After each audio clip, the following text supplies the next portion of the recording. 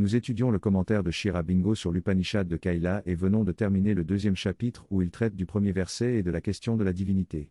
Le chapitre suivant, intitulé La divinité supplémentaire, présente maintenant la réponse à cette question. Avant d'explorer le commentaire de Sri Aurobindo et la réponse elle-même, nous devons examiner plus en profondeur la première question et les premiers mots. L'auteur souligne que ce ne sont pas 4 questions distinctes, mais une seule et même question avec 4 aspects différents. Il compare cette idée à l'expérience intuitive qui s'exprime sous différentes formes dans l'esprit. Ainsi, lorsque l'intellect examine une vérité qui est intuitive, il la voit sous de multiples facettes, à travers des mots, des idées et des concepts. Cependant, la vérité intuitive elle-même est unique. Il donne l'exemple du Dharma, qui est souvent décrit comme ayant plus de 30 significations, alors qu'en réalité, il n'en a qu'une, mais qui s'exprime différemment selon les aspects abordés. De même, lorsqu'on décrit une émotion du point de vue physiologique, on peut mesurer divers symptômes qui l'accompagnent, mais aucun d'entre eux n'est l'émotion en elle-même. Ainsi, la combinaison de ces aspects ne représente pas l'émotion dans sa totalité. De cette manière, il est souligné que la question posée dans le texte sacré est en réalité une unique et éternelle question qui amène l'être humain à se tourner vers l'intérieur plutôt que vers l'extérieur. La Dharma est une expérience intuitive qui peut être utilisée dans un sens plus élevé et intellectuel. Il s'agit d'une conversation entre 2 personnes sensibles à la Dharma, où elles peuvent se comprendre en utilisant ce terme. Cependant, lorsque cela doit être expliqué à une 3e personne, il faut réduire cette expérience à des termes intellectuels tels que la croyance, la conscience, la responsabilité, les valeurs personnelles et les traditions. Cependant, aucune de ces explications ne peut saisir pleinement l'essence de la Dharma sans revenir à l'expérience intuitive. L'expérience intuitive de la Dharma est quelque chose qui ne peut être véritablement compris que lorsque nous la vivons nous-mêmes. C'est comme essayer de comprendre les émotions d'une autre personne jusqu'à ce que nous ressentions ces émotions nous-mêmes.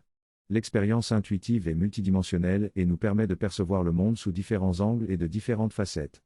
Par exemple, si nous devions expliquer à une personne étrangère ce que c'est d'être un être humain, nous devrions décrire notre expérience sur différents niveaux, pensées, émotions, sensations, relations, valeurs, instincts, rôles sociaux, etc. La Dharma est souvent exprimée à travers des mots et des idées accessibles à l'esprit humain, et c'est pourquoi nous utilisons le langage de sanskrit pour articuler cette expérience multifacette et multidimensionnelle. Cependant, ce langage n'est pas facilement compréhensible pour tout le monde, d'où la nécessité d'élaboration et de commentaires pour approfondir et éclairer cette expérience. En conclusion, pour comprendre pleinement la Dharma, il est important de revenir à l'expérience intuitive derrière les mots et de réintégrer toutes les facettes, dimensions et couches de cette expérience en une seule expérience unifiée. Le texte parle de l'expérience humaine et de la question fondamentale qui nous pousse à nous tourner vers l'intérieur et à nous interroger sur notre véritable essence. Depuis notre naissance, nous sommes tournés vers le monde extérieur, mais des chocs de la vie nous obligent à nous questionner sur notre véritable but et ce qui est important pour nous. L'auteur mentionne une anecdote où un homme politicien a été confronté à cette question lors d'un discours inspirant, ce qui l'a désorienté et l'a poussé à se reconnecter à quelque chose de plus profond en lui. Ces interventions divines nous rappellent de nous détourner du monde visible et extérieur pour chercher ce qui est réellement en nous.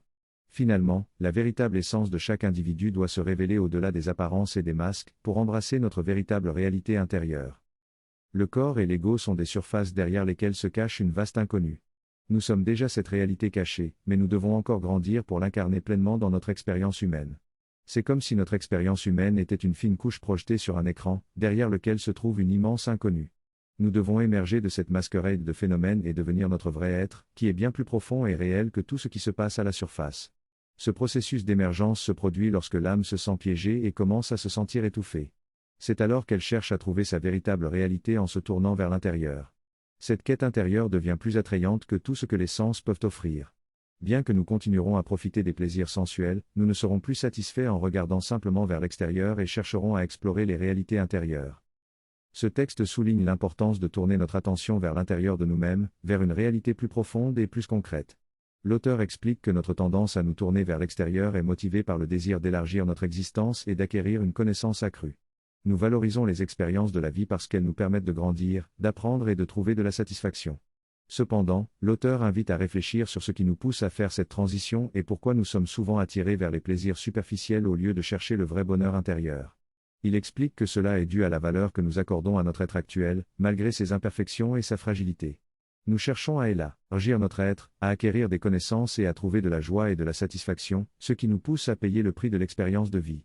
Chaque expérience nous permet de grandir et de devenir une version améliorée de nous-mêmes, plus consciente et mature. En résumé, l'auteur encourage à trouver un équilibre entre les plaisirs extérieurs et la recherche d'une réalité plus profonde et satisfaisante à l'intérieur de nous-mêmes. Cette expérience fait désormais partie de ma vie, elle enrichit notre vision des films. Parmi les films les plus époustouflants se trouvent ceux où une personne lutte, survit et surmonte peut-être même des sacrifices pour une grande cause. En regardant ces films, pendant 1 à 2 heures, je reçois et absorbe l'essence de sa propre existence. C'est ce que mon âme emportera réellement dans la vie suivante. Mais il y a aussi la langue qu'il parle, le dépassement de soi, le sacrifice personnel pour rendre réel le grand idéal, cette capacité à se surpasser qui était l'essence de sa vie. J'ai absorbé tout cela et cela en vaut la peine, c'est merveilleux. J'ai grandi en conscience, en connaissance. Bien sûr, le mot connaissance peut paraître trop abstrait pour mesurer la conscience. Mais comment puis-je la mesurer ? Est-ce que j'ai grandi en connaissance ? Oh oui, j'ai lu un livre de philosophie, un livre de mathématiques, un livre sur l'art et j'ai vu de magnifiques sculptures et appris leur histoire. Tout cela est mesurable, tangible, sensoriel, une réduction de quelque chose de profond qui se cache derrière la conscience. Mais la connaissance dans son sens essentiel est une prise de conscience et un accroissement de la joie et de la satisfaction. En fait, à chaque fois que nous nous élargissons en conscience, il y a automatiquement une élévation de notre état de joie et satisfaction. Si notre être ne s'élargit pas et que notre connaissance ne s'accroît pas, alors nous n'aurons pas de satisfaction. Mais il y a aussi certaines expériences où il n'y a ni élargissement de l'être ni augmentation de la connaissance, mais seulement de la satisfaction. Par exemple, manger un délicieux repas, profiter du soleil sur la plage avec la brise fraîche tout autour de moi. Ici, il n'y a pas d'élément de connaissance évident ou d'élargissement de l'être, bien que ces éléments soient implicitement présents. Le focus est plutôt mis sur la joie et la satisfaction d'être présent dans cette expérience sensorielle. Et bien sûr, derrière cela se cache une connaissance secrète et un épanouissement de l'être. Nous aspirons de plus en plus à la joie et à la satisfaction, c'est ce que nous recherchons vraiment dans la vie. Très peu de personnes diront chercher à élargir leur être ou à augmenter leur connaissance. La plupart diront vouloir profiter de la vie et trouver la satisfaction dans le parcours de toute une vie. C'est souvent perçu comme l'aboutissement de tout le voyage, mais ça, c'est la mesure de l'augmentation de notre connaissance, et de l'élargissement de notre être. Maintenant que nous observons l'expérience du monde, nous réalisons que ce que nous recherchons réellement, c'est l'élargissement de notre être, l'augmentation de notre connaissance, et la joie et la satisfaction, qui ne sont que le reflet de quelque chose de plus élevé, de l'ananda, de la béatitude. Ces choses sont si précieuses pour nous que nous sommes prêts à payer le prix pour les obtenir, car nous ne les avons pas forcément. Nous essayons tellement d'obtenir notre joie et satisfaction à travers tout ce à quoi nous aspirons, l'argent, la promotion, la satisfaction des autres, les compliments, l'affection. Nous faisons tout notre possible, mais nous échouons, encore et encore. Mais à chaque échec, nous avons toujours l'espoir de nous en approcher un peu plus, et donc nous continuons à essayer. Mais regardons ce que nous obtenons réellement par rapport à ce que nous attendions, ce que nous recherchons vraiment dans la vie est si peu en comparaison à ce que nous recevons. C'est pourquoi nous sommes prêts à payer le prix, à endurer une souffrance continuelle due au choc des opposés. À chaque étape de notre tentative d'atteindre ce quelque chose, nous faisons face à ce choc des opposés et souffrons continuellement de ce choc. Je cherche sans cesse la joie, mais je trouve toujours la douleur, le chagrin et la déception en quantité bien supérieure aux petits moments de joie que j'obtiens. Bien sûr, si je n'obtenais que cela, je renoncerais rapidement. Mais la vie, la nature, la sagesse, peu importe comment on l'appelle, nous donne parfois ces moments de joie, mais ils sont souvent rares et espacés.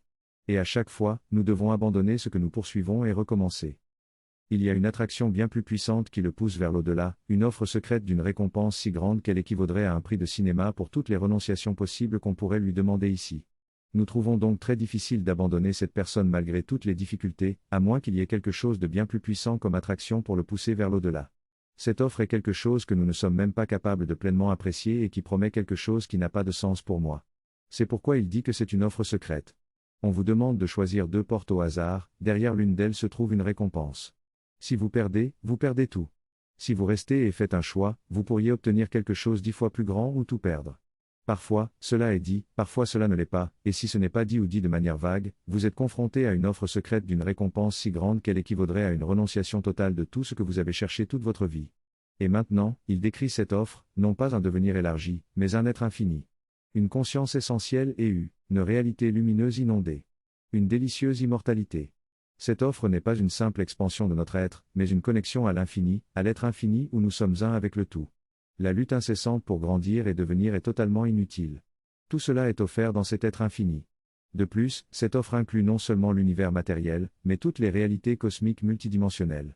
La nature de cette connaissance infinie est telle que chaque fois que nous acquérons un peu plus de connaissance, nous réalisons que notre connaissance précédente était limitée. Chaque fois que nous testons notre connaissance face au monde, elle s'avère insuffisante quelque part. Dans cette offre, il y a une connaissance infinite. Ce texte parle de la connaissance et de la conscience essentielle. Il souligne que la connaissance relative et fragmentée que nous avons est souvent confondue avec la totalité de la connaissance. Cependant, il suggère que la véritable possession réside dans notre conscience essentielle, qui détient toutes les variations possibles de connaissance, y compris celles qui peuvent ne jamais être exprimées. Il affirme également que la satisfaction des désirs est toujours partielle et que la véritable satisfaction réside dans la délectation de la conscience essentielle et de ses réalités lumineuses. Enfin, il évoque l'idée que la recherche de quelque chose d'intangible, que nous ne pouvons pas définir, est un voyage sans fin, car la source de ce que nous cherchons est en réalité en nous-mêmes. Ce texte évoque le voyage de la vie et la valeur que nous accordons au monde, malgré ses imperfections et son caractère précaire. Nous semblons posséder ce monde dans une certaine mesure, mais notre attachement à celui-ci est remis en question lorsque quelque chose de plus puissant nous attire. Cependant, cette chose en elle-même est au-delà de notre capacité à l'expérimenter. Nous utilisons des mots tels que délice, conscience essentielle, connaissance infinie pour tenter de décrire cette notion d'être infini, mais ces mots restent insuffisants. Il y a une intuition que nous touchons quelque chose de réel, mais cela nous échappe lorsque nous essayons d'y penser. Il y a un sentiment d'être devant quelque chose, mais derrière cette sensation, cette connaissance se trouve quelque chose de plus profond. Les sages sont libérés de la limitation de l'esprit et passent dans l'immortalité, mais la relation entre l'indicible et le connu est soulignée. La transmission de cette connaissance se fait de génération en génération, et bien que nous ne puissions pas la comprendre pleinement, nous savons qu'elle existe au-delà de notre compréhension. Nous devons suivre cette connaissance intérieure plutôt que de suivre notre esprit. Cette connaissance ne pense pas par l'esprit, mais elle peut être pensée d'une manière propre, au-delà de la cognition mentale. De même, elle ne se voit pas avec les yeux, mais elle est vue par une forme de perception qui dépasse la vision physique. Dans ce texte, il est question de la relation entre la réalité visible et la réalité intérieure. L'auteur nous invite à regarder au-delà de ce que nous voyons et à chercher ce qui se cache derrière. Il mentionne que tout ce que nous vivons est soutenu par une source secrète et claire, et que c'est en connaissant cette source que nous pourrons véritablement comprendre notre existence. L'auteur souligne également l'idée d'immortalité, non comme une évasion de la vie, mais comme une reconnaissance de la dimension intérieure de notre être. Il conclut en affirmant que ces versets apportent une réponse à la question éternelle qui détourne les gens du monde extérieur pour les amener à se tourner vers l'intérieur.